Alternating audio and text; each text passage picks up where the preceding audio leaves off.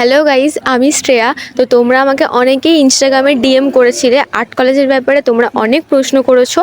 তো বলে রাখি, আমাদের কলকাতায় মোট দুটো গভর্নমেন্ট আর্ট কলেজ আছে। একটা হলো রবীন্দ্রভারতী ইউনিভার্সিটি, আর একটা হলো government college of art and craft. আর কলকাতার বাইরে মানে বীরভূমে আছে বিশ্বভারতী ইউনিভার্সিটি।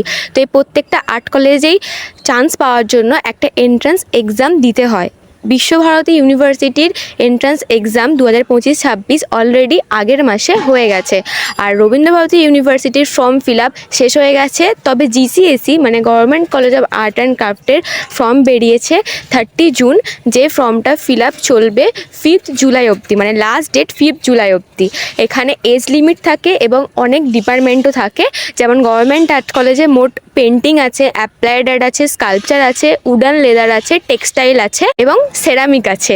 তো এছাড়া আর কোনো ইনফরমেশান জানার থাকলে আমাকে কমেন্ট করতে পারো অথবা ডিএম করতে পারো, আমি অবশ্যই রিপ্লাই করব।